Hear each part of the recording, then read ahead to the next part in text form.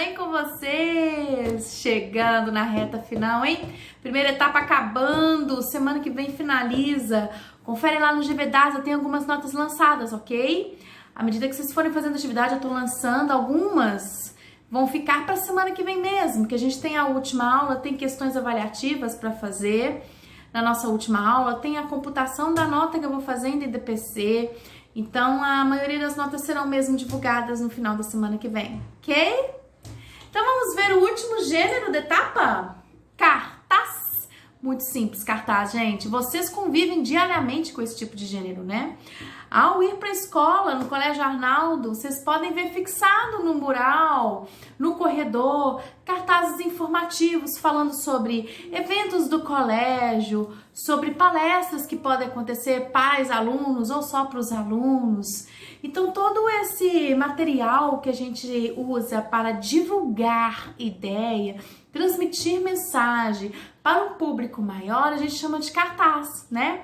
E eles geralmente são fixados nos lugares estratégicos para uma ampla visualização das pessoas, porque a ideia é atingir um público maior, não apenas um leitor, como vocês viram, por exemplo, nos textos de opinião, né? Os textos de opinião são leituras individuais, são escutas individuais, então atinge um público-alvo, mas vai no trabalho individual. O cartaz é um trabalho coletivo, né? Bom, é muito fácil encontrar em rua, restaurante, escola, em pontos estratégicos que passam pessoas, né, para poder ver aquele tipo de informação que está querendo ser veiculada, né?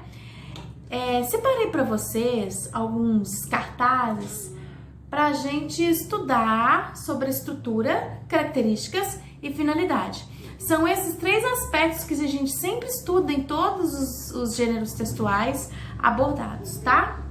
Bom, o primeiro que eu vou colocar aqui para vocês é um cartaz de uma peça de teatro, né? Então o motivo, a principal finalidade, a motivação para esse cartaz é divulgar uma peça de teatro, certo? O mais importante é colocar nesse cartaz onde vai acontecer, o horário, tem uma descrição aqui em menor letra sobre o elenco, né? Porque às vezes as pessoas, elas têm muito gosto por determinados atores, atrizes, então às vezes vão assistir pelo elenco, não propriamente pela peça. E o nome, claro, que vem grande, olha lá, ó, Em Família, né? É o nome da peça de teatro, e uma imagem. Na maioria dos cartazes são utilizadas as linguagens não verbais, que são as imagens, os símbolos, porque elas tornam muito atrativo, né? O cartaz fica muito mais visual, o apelo fica mais visual. Então, colocar só texto pode desanimar um pouco o leitor.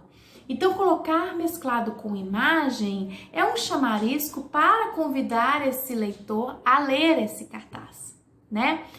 Note que a imagem, gente, não é alegórica, não é para colocar, para enfeitar, para ficar bonitinho. Essa imagem é contextual, ela tem que ter a ver com o texto e tem que contribuir para a informação, para o conteúdo informacional do texto, né? Aqui tem o cartaz com o nome, a peça, data, local e a imagem.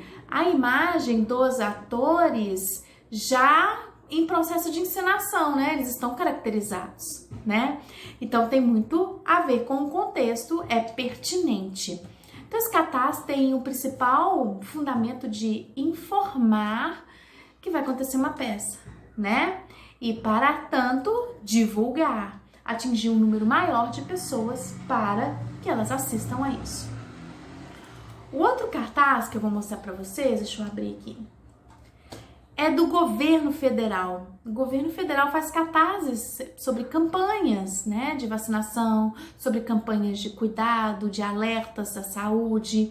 Então aqui a gente tem uma campanha de vacinação e contra a paralisia infantil. Aí colocaram a data, que é fundamental saber a data do dia da vacinação, né? Já que o cartaz nosso é de conteúdo informacional, ele precisa das informações principais.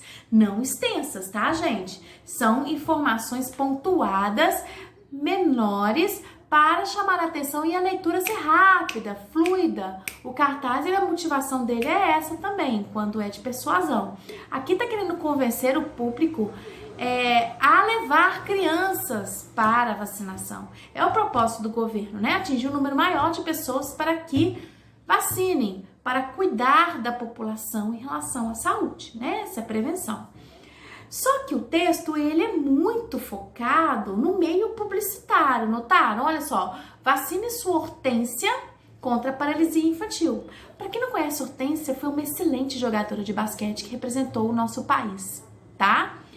Então, aí está fazendo uma referência à sua criança, a criança de outra pessoa, que um dia pode se tornar algo genial, uma pessoa genial, fazer algo genial, né? Então, já chama a criança de geniosidade, chamando ela de Hortência aqui no caso, né? Representando.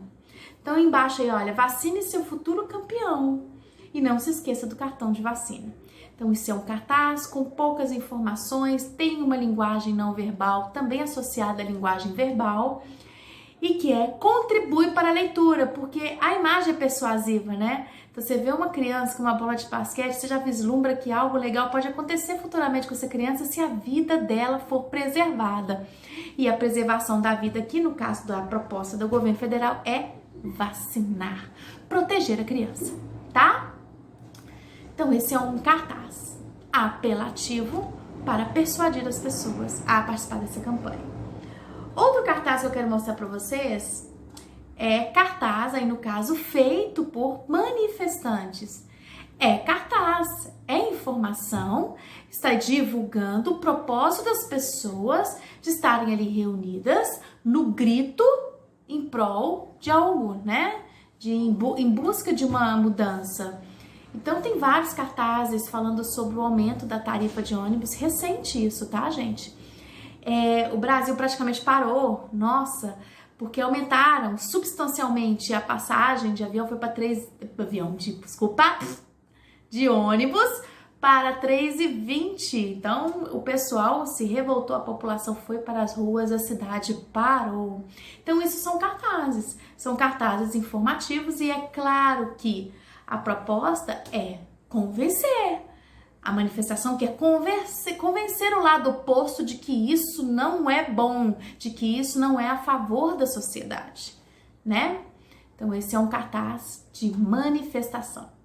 Outro cartaz que difere um pouco dos outros é uma imagem só, né? É só linguagem não verbal, mas o propósito é atendido, que é informar as pessoas que o lixo é jogado na lixeira e provavelmente a lixeira está por ali, né? Então, esse texto aí, ele é muito simbólico e ele nos passa uma informação sem precisar do texto escrito, né? Ele não deixa de ser texto porque não tem escrita, ele é texto porque ele passa informação mesmo sendo em imagem, em linguagem não verbal. Os outros cartazes anteriores são mesclas de linguagem. Então, a gente fala que a linguagem é mista, que é a mistura de linguagem verbal com a não verbal. O que é também interessante, eu vou colocar de novo um cartaz aqui, pra gente trabalhar um pouco mais sobre a linguagem agora, tá? Olha esse daqui, o cartaz da vacinação. Tem aqui, vacine. De cara vem um verbo que impera, que demanda ordem, que te instrui a fazer algo. São chamados de verbos imperativos. Vocês já estudaram classe de palavras e viram os verbos. E os verbos, eles têm tom, né? E o imperativo dá esse tom, o tom de comando, de ordem para fazer algo, tá? Então aí tem muitos cartazes, tem, claro, porque o propósito é que a outra pessoa faça o que está sendo indicado no cartaz, né? Vamos conferir se tem no cartaz a peça de teatro.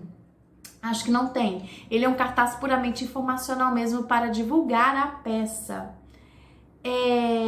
Vários cartazes em relação à compra, por exemplo, restaurante, venha e traga sua família. Então, esse venha, esse traga, não é uma ordem clara, mas é um convite de imperativo para que a pessoa faça isso, né? Então, tem um tom de persuasão, nem que seja sutil.